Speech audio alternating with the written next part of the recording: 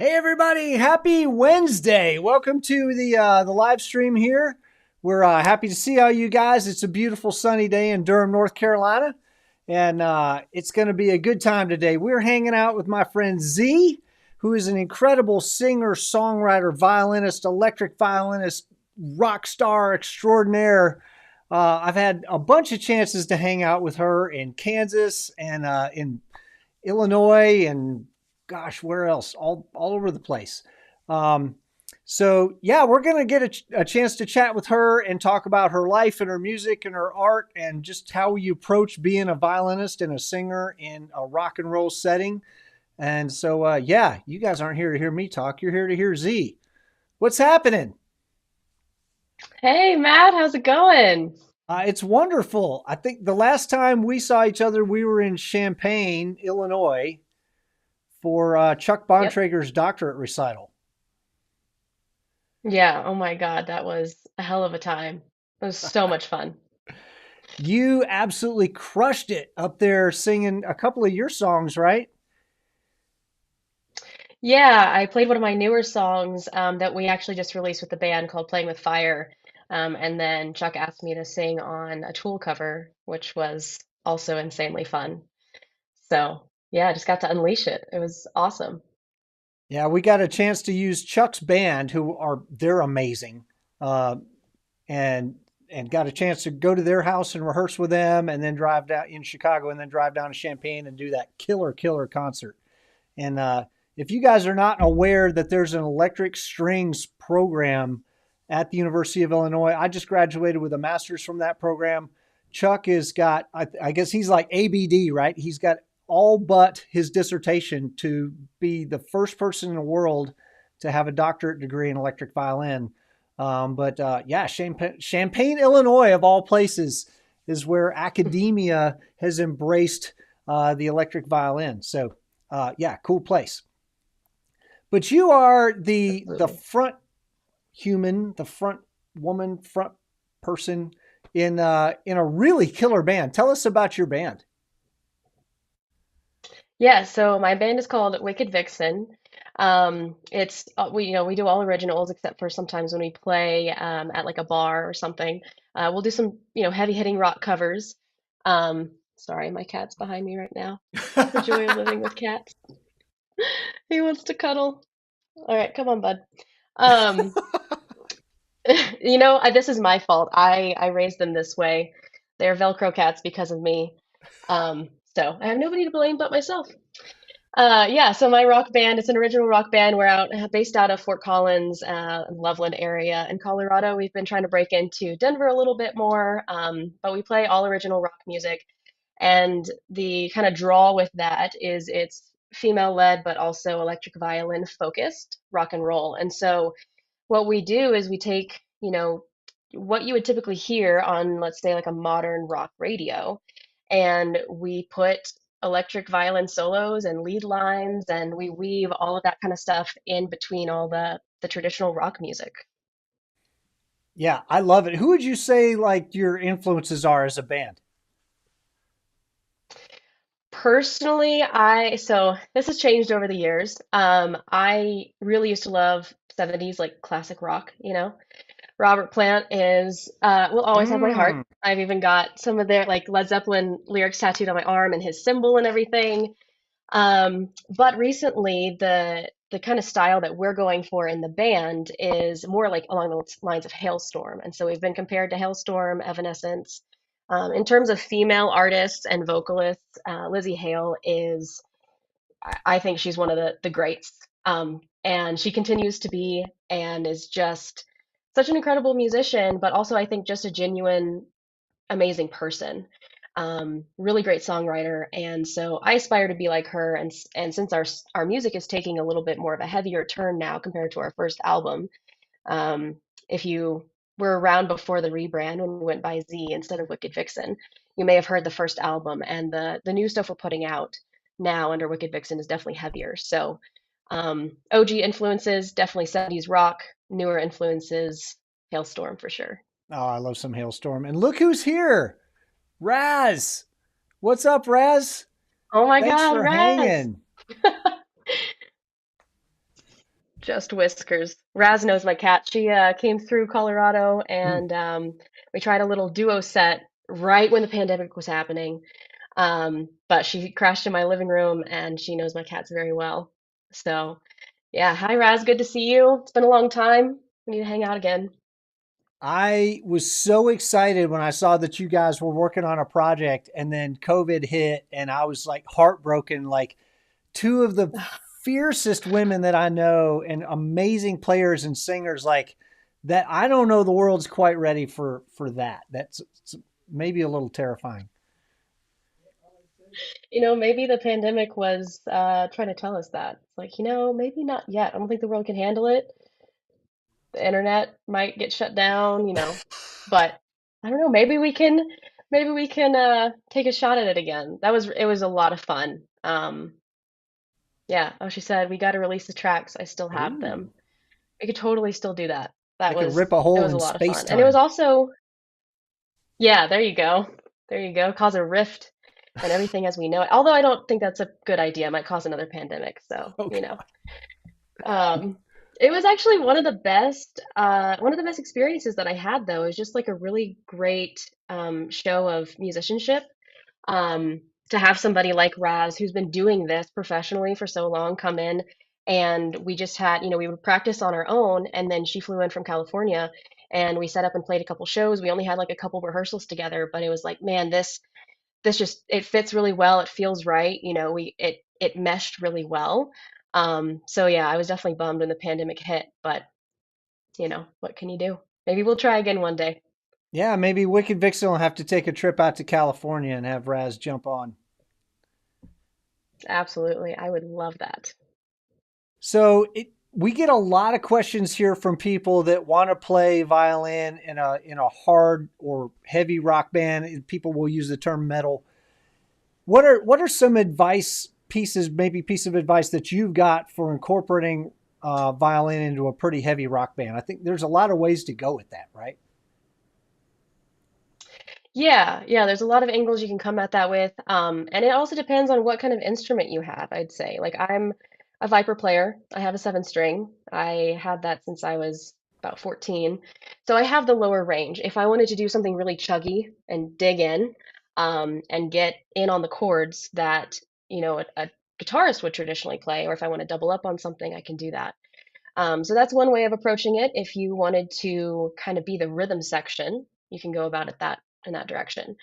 Um, of course, there are pedals that can help you access a lower register, or you can do it up, on a regular register if that fits for your style. Then there's the other option where you can do a lot of like harmonies with the guitar. We're playing around with that right now with some of the songs that we're going to be releasing. There's one called Shake Off the Sheets, and instead of it just being just a guitar solo or just a violin solo, we're actually like marrying those two. Mm. And there's a little bit of a trade-off. So it's a back and forth kind of conversation between my guitarist and myself.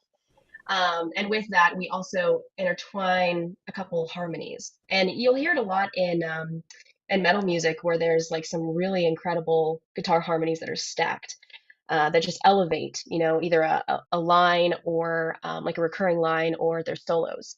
So I think that's another way you can go about it. Um, Personally, if you're trying to get into that world, my recommendation would be to, start to refine your sound.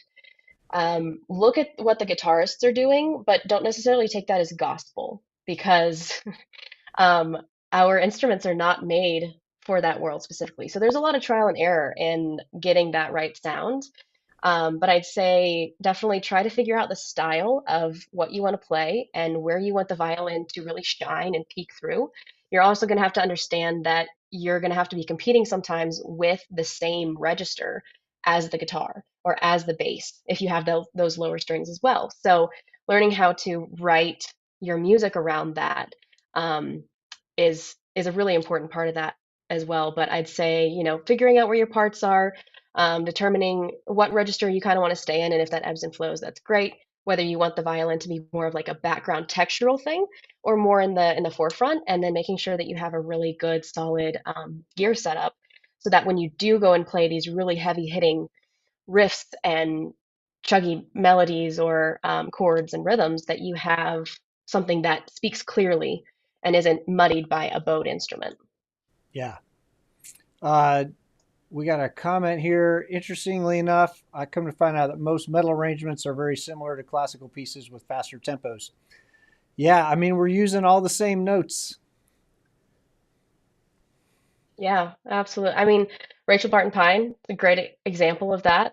She's um, classical violinist extraordinaire, but she also loves some Ozzy. She loves some Metallica. Um, I think that there's a lot of overlap there. In fact, on the song that we just released recently called "Playing with Fire," I actually drew or I got a lot of inspiration from Vivaldi's Storm arrangement, which was interesting that Chuck was like, "Oh, hey, for this recital, we're going to be playing Storm for his doctoral recital." And I was like, "Oh, well, that's perfect because this solo section takes a lot of inspiration from that." So that was kind of a cool coincidence. But I listened to the Vanessa May version, her Hmm. live version, a lot when I was younger, when I was first discovering electric violin. And I just thought it was the coolest thing to take that classical piece in the same ways that Mark Wood would do as well, and put all of these like big band elements behind it. And so when I was writing that solo, I had that in mind. So there's definitely a lot of crossover in those genres. Yeah, we're not going to play any of the music on the broadcast because of the copyright strike thing and all that. But where would people go to hear these songs? And you guys should definitely go hear these songs. They're amazing. Yeah, so they can go check them out on pretty much any major streaming platform. We have a YouTube account as well. Most of our handles are at your Wicked Vixen. So just like the website says up in the corner of the screen here, you can also find us on Instagram at your Wicked Vixen. That link in our bio will take you out to pretty much anything. But if you want to look us up on Spotify, we're just listed as Wicked Vixen. Well, For the Damned, that was our first official release under the new name.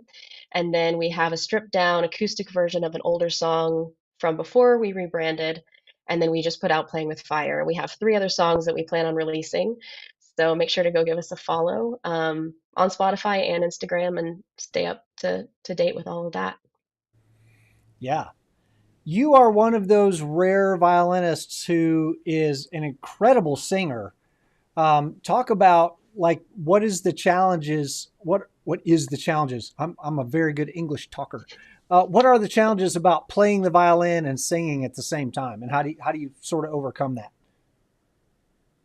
Yeah, so the way that I overcame it when I first started doing this, it was even before I went to camp and got to see people like Joe Dennison um, doing this kind of work. But I just knew that if it was possible with a guitar, it had to be possible with a violin. And the good thing about the Viper and that support system is that it frees up a lot of, this movement here, you're in your jaw and your neck, so that you can actually sing and do it well and not have to think about multitasking.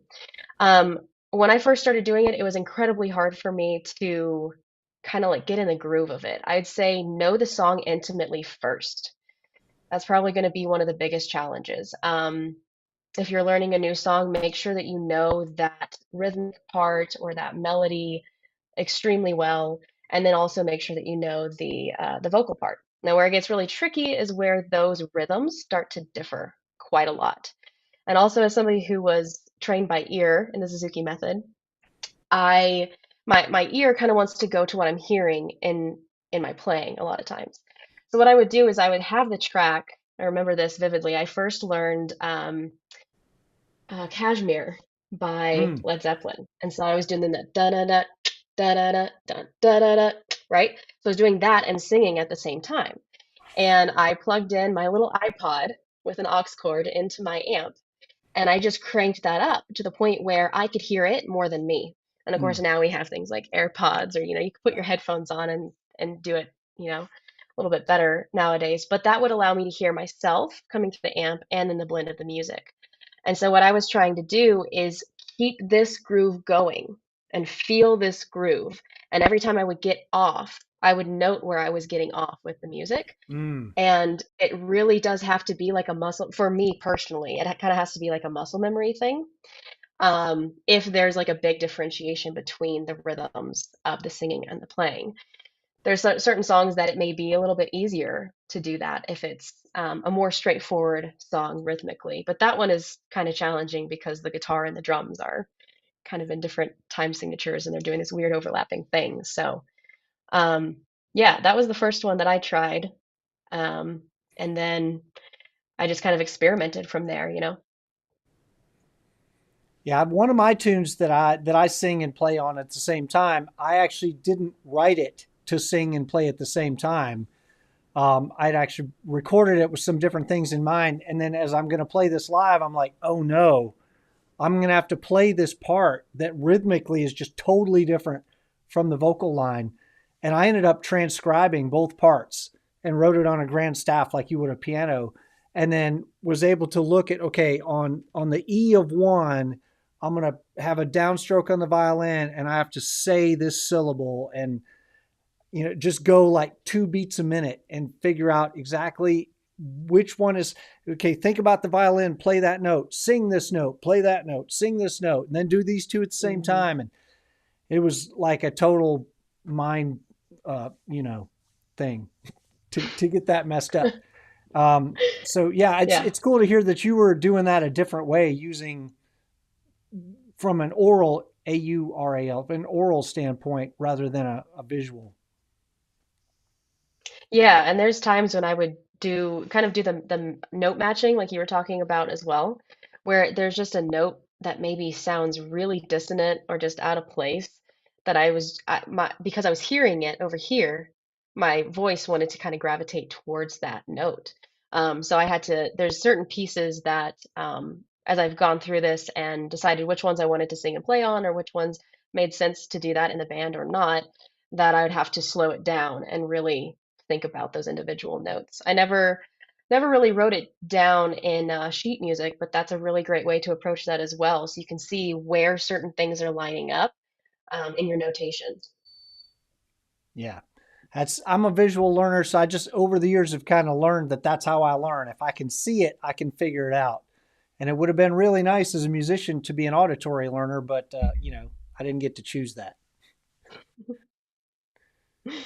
Yeah, I feel like I got kind of lucky because I had grandfathered in. I started Suzuki when I was 4, um, and so I think I had that just kind of like mapped into my brain from an early age as I was developing too. So it's definitely helpful. But it also has its drawbacks because I also wish that I could be better at sight reading, which I didn't learn until later on. So that's not my strong suit.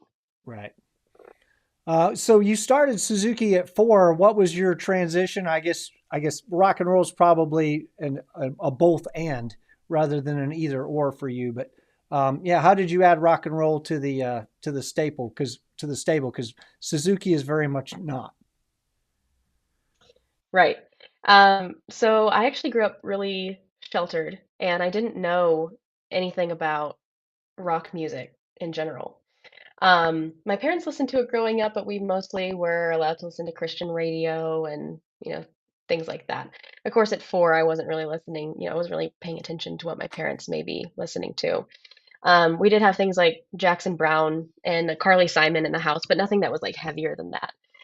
I did have a friend though. You guys probably know who it is. Lauren Conklin's pretty big in the violin world, and she and I were really close when we were younger. We kind of grew up because we both lived in Franklin, just south of Nashville. That's where I'm from. My hometown is Nashville, or the surrounding areas. And so we kind of both grew up in the same circles, playing in some of the same orchestras, playing in the same chamber ensembles and things of that nature. So she found out about the electric violin, about Mark Wood, and she got one. And I was like, oh my God, what is this? And I was just blown away, but I was also terrified of it because I was also, I think, about 13 or 14 when this started Mhm. happening, and it feels so overwhelming Mhm. when you first put it on, especially because she had a 7 string as well. And actually, Chuck Bontrager He, owns her he does the ex that Conklin. Yeah. violin. Yes, exactly. Yeah, so that was the first one that I ever touched and had an experience Hmm. with.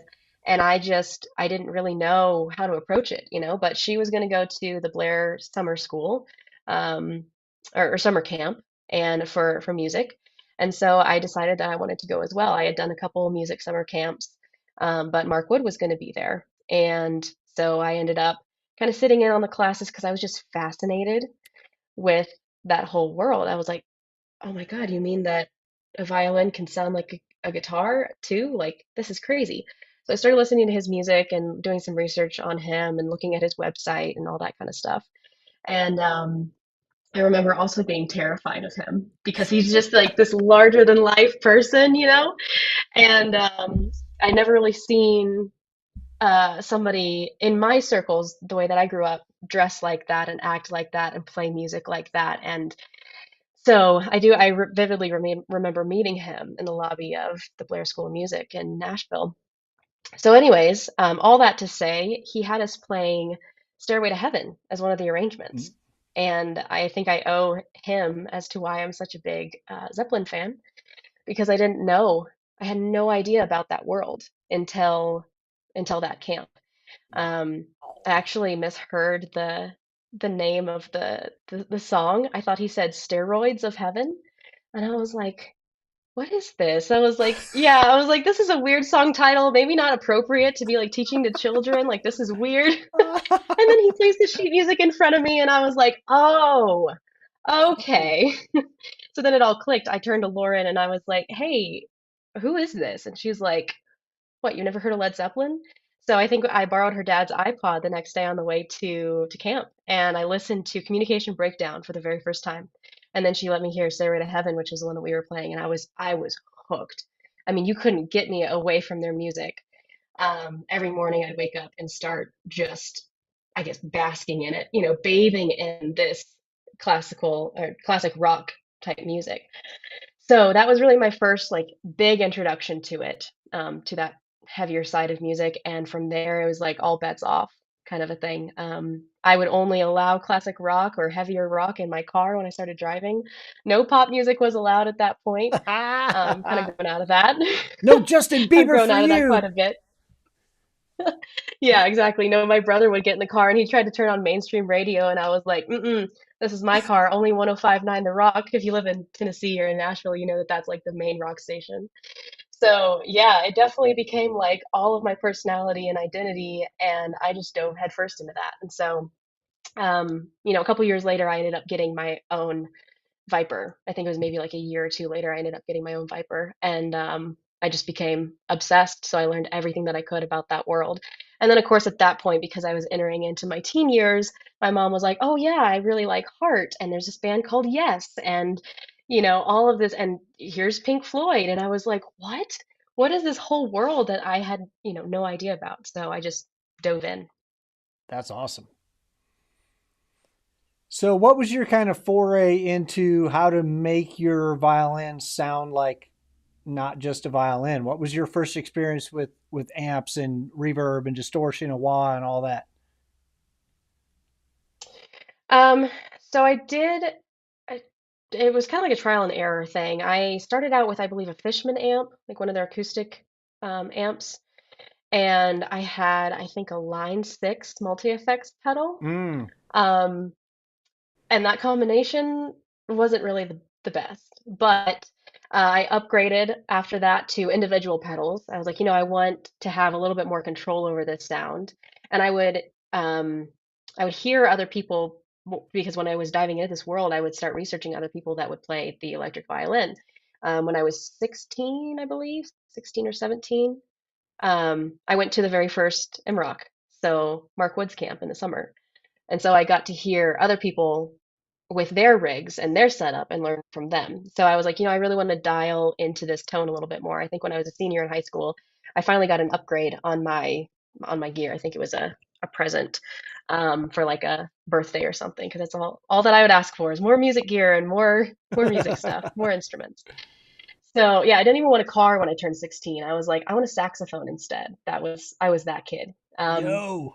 I would lock myself in my room for hours. And now, granted, I'm not good at the saxophone. It's a completely different world than strings, but I was willing to try just about anything, anything I could get my hands on. So yeah, I had a whole kind of system refresh when I was a senior in high school. And then after that, it just became testing out different things, listening to other people, kind of noting what I didn't like about my own tone and my own gear. And then when I went to college, I was in a couple like lab band type things where we would play like jazz music and funk, and some of it was kind of rock.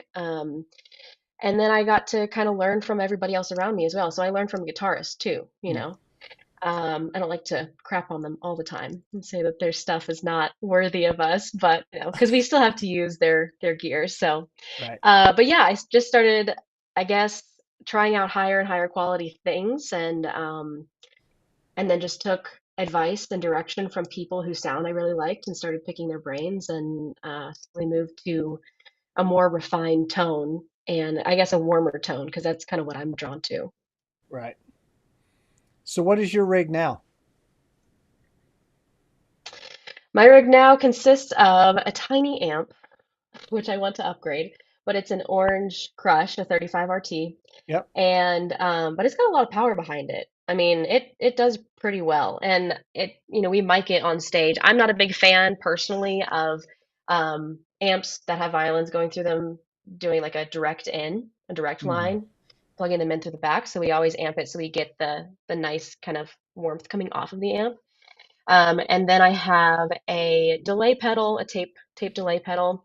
My primary distortion that I have right now is actually a Mesa Boogie throttle box, mm, and it has capabilities in that. And then I also have a Vox wah, um, and then I have like a little bit of a compressor on there as well. I don't have anything that's like multi effects.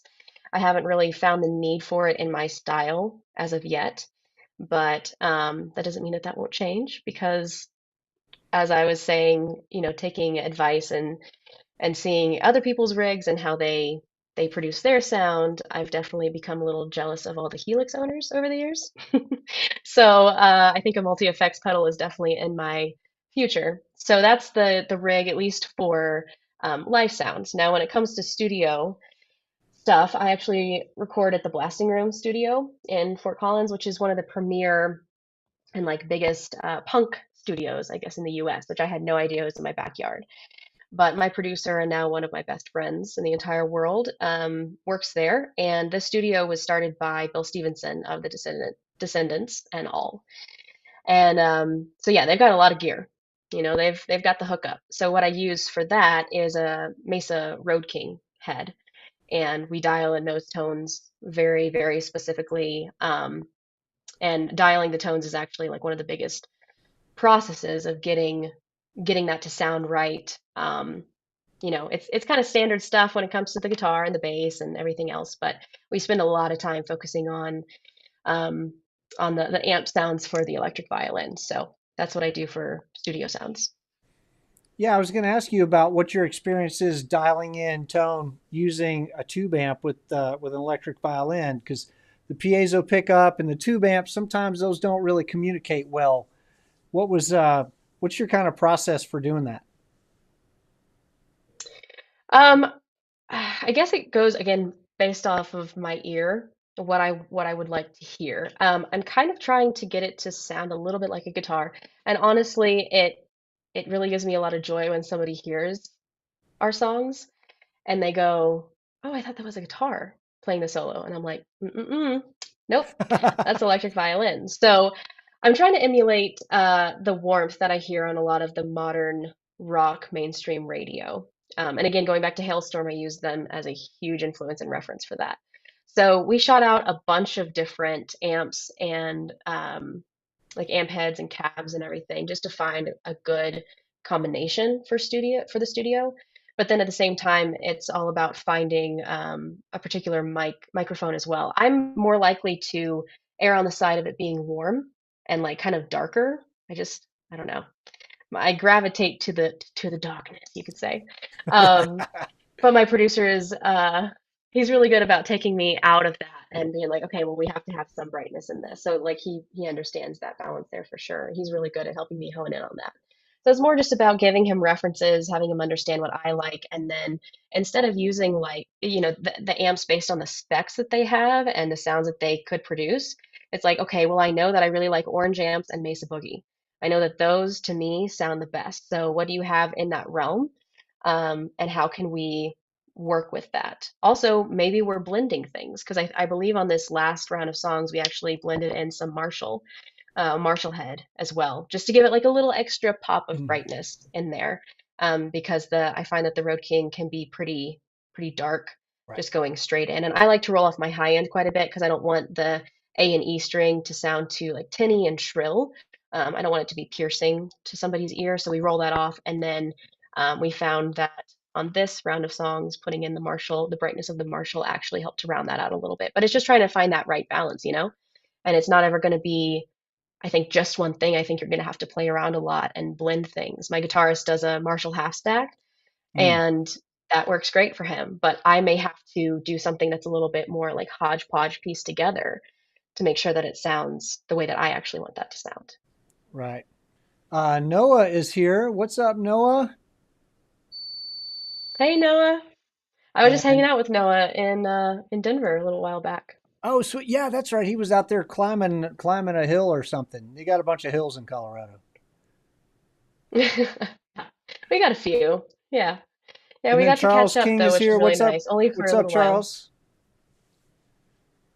I'm sorry. We've got a little bit of latency in here, and it's hard. It's making us talk over each other, which sucks.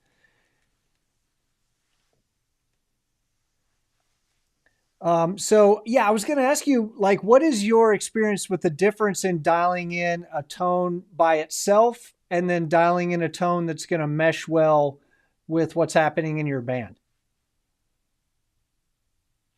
Yes, I mean, primarily I start thinking about, um, I think where the frequencies are going to come through well enough with the guitar in particular. I do some stuff that's on the lower register, but most of the time I'm not really clashing with the bass. So I'm kind of thinking about my guitarist's tone as well, which his tends to be a little bit more bright and cut through. 'Cause like I said, I like that darker tone. Um, and so in a live setting, it's definitely making sure I don't roll the highs off too much because I found, based on some feedback that I've gotten from some of our listeners, that my violin can get lost pretty easily. And also bringing up the highs or the mids just a little bit helps, I guess, for the sound guy as well, to help those tones come through. Um, because in a live setting or really live setting studio setting, a lot of sound engineers may not know how to handle the electric violin. They may not have ever come across that before. So I'm definitely a little bit more cautious of, I guess, the parts that I'm playing, and where I'm sitting in that register, and then also trying to make those parts peek through a little bit by giving it a little bit more brightness. But I think I just kind of got lucky with my band a little bit because while we have done a little bit of tweaking here and there, the tones that we have and the styles that we play, because my guitarist and bassist are metalheads, they blend really well because we have similar styles that overlap. Nice. So this band that you're with, is this the first? No, it's not the first band you've been in, right? Well, yes, yes and no. So, as far as my band goes, I've been part of projects over the years that haven't really done a whole lot or like really gotten off the ground, or I'll do like studio work, or I come in and play with somebody on a show, here and there, like doing freelance work, I guess. As far as bands that I've been with for a while, this is actually a project, one of my projects that has morphed over time Mm, quite a bit. So when I first started my solo project, it was Z Ireland, and that's my middle name, Irelynn. And I started that as a solo project. I did a 4-track EP back in Nashville at this tiny studio. Um, I was kind of spinning my wheels in Nashville, wasn't really seeing a whole lot of progress personally in music. And so I was like, all right, I've been born and raised here. It's time for a little change of scenery. Moved out to Colorado, found this band, and then Z Ireland ended up dropping the second half of it to just Z. And that because the reason why we did that is because a lot of people they don't know how to spell Ireland. They think it's Ireland, like the place. It was confusing to scream at somebody in a bar to try and help them remember it. Like it wasn't that memorable. And then to try and teach them how to spell it, it's a lot. So we dropped the Ireland and just went by Z. But then what we found is that the SEO was not helping us. It was hurting Mm. us because there's so many other bands that have that um, in their name in some form or fashion. So you couldn't find our music unless you search for the title specifically and then our name or the album title. So that was kind of the struggle there. So this has been the longest project that I've built slash been a part of, and it looks like it's come in a couple different phases, but it's actually been the same project from the beginning. It's just gone through a couple different changes. And then in terms of playing with other bands, I do have experience playing with other bands, but it's mostly, standing in because they want an electric violinist, or currently I'm working with a country band here in Colorado. We play a lot of shows in Denver, so I come in and I do guitar, backing vocals, and acoustic violin, so I don't have anything to do with my electric on that. Then there was the project that Raz and I were starting up. Um, yeah, so yeah, there's been a couple of those things over the years, but nothing that's really stuck. This thing that I've been doing for, gosh, I guess since I was 20 or 21, has been the one I've been in the longest. And you mentioned SEO. You've got a lot of experience in social media outside the band world too, right? Yes, I do. My day job is actually in marketing. I'm a marketing creative lead for a company, and I've just always kind of taken to social media because it's got a lot of creative elements to it.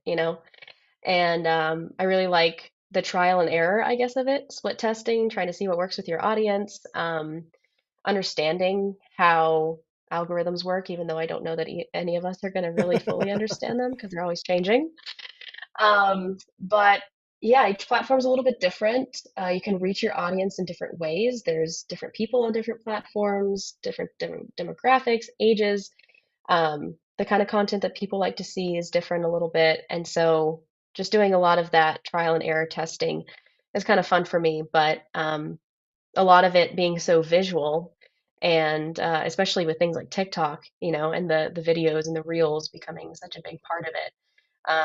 I think it's a great way to spotlight artists and especially if you have something unique, like an electric violin. It's usually something that's kind of a good hook to pull people in.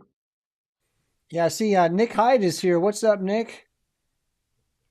Hey, Nick, So yeah, I was all the going to ask homies. you what advice you would have for people who are, kind of trying to navigate this rock and roll electric violin through social media marketing. What kind of advice would you have in general for people on that? I'd say get into your niche. And I know electric violin in and of itself is a niche, but I'm going to use Mia Asano as an example here because she has done this incredibly well. Trying to take a page out of her book currently on the TikTok side of things. Mm. But she has found her niche with that. She started out just doing like pop covers, and she would put violin, even if it's playing the exact same thing that's being sung or the main melody line, she would put those pop covers out, and she does, usually each one has a different outfit or like a different theme to it. And she's really good at continuously pushing out those little bite-sized pieces of those songs and then kind of breadcrumbing her way to the larger platforms like YouTube, you know? Um, and she's really, really good about engaging her audience in that way. So staying on top of the trends that are relevant at the time, which is also what she's really, really good at, is finding the right sounds to attach to your videos, um, and kind of putting your spin on it as well. Because especially with covers, like if we're talking about covers, nobody wants to see you do it the exact same way, you know. They want to see what uniqueness you can bring to the table. Yeah, that's great. So that is a thing that I think a lot of people struggle with. Like, how do I put my personal spin on this? And I think in a lot of ways, it's just don't overthink it, man. Kind of let what comes naturally to you. That's your personal spin. Just kind of let your body do what it wants to do. It's sometimes it's not really a conscious choice so much as it's just it's taking the low hanging fruit, right? Right, exactly. And I kind of think of this um, in terms of being a vocalist as well. So if you're singing something, if you're singing a cover and you're trying to sing it exactly like that person singing it, for instance, if I'm singing a Hailstorm cover and I'm trying to sound exactly like Lizzie Hale, I could sing that, I could perform that cover pretty much exactly how it sounds without changing up much of the style or the feel. But if I wanted to make slight changes to it and make it mine, I would then try to sing from my voice. And I think maybe that's a little harder to think about in terms of an instrument, but you do have your own voice, you have your own style based on your training, your upbringing, your influences, like whatever it is. You can definitely bring that through into your playing, whether that's, you like to put more flourishes on something or you like for it to be more rhythmic with the melody line, and putting some chopping in there. You can make it sound pretty similar to the original while also putting your unique spin on it. So try to play it from your voice in the same way that you might sing something from your voice. You're not trying to emulate that person, even if you are covering one of their songs. Totally. Well, this has been a lot of fun. Thank you for coming and hanging out with us. And I encourage everybody to go find Wicked Vixen, buy a physical CD. They will send you one. I am a proud owner. And support live music. Yeah, support the people that are not necessarily on the major labels just yet. It's where so much of the creative stuff is happening in the world right now. So, yeah, remind people again where they Absolutely. can find you and your music. Yeah, they can find us at yourwickedvixen.com, which is the link up in the corner of the video here. You can also find us on Instagram at yourwickedvixen. You can find us on all streaming platforms. Just search Wicked Vixen. We have a couple new singles that have come out recently. And we're, also on Facebook and TikTok at Your Wicked Vixen as well. So if you're in the Colorado area, stay up to date for shows, and we hope to be planning a tour sometime soon to get out of Colorado and meet some new folks. That's awesome. Well, it's great to see you again. Always great to see you. And hopefully we'll get a chance to play music again together very soon. And yeah, everybody go support Z and Wicked Vixen. Great stuff. I love y'all's music so much. Thank you. Thank you so much. It's an honor to hear you say that. I admire everything that you do in your music space, and it's been wonderful to be on today. Thank you so much for having me, and great to chat with everybody that joined on today. So thank you for being here. Of course. Yeah. Awesome. Thanks, everybody. We will see you next week.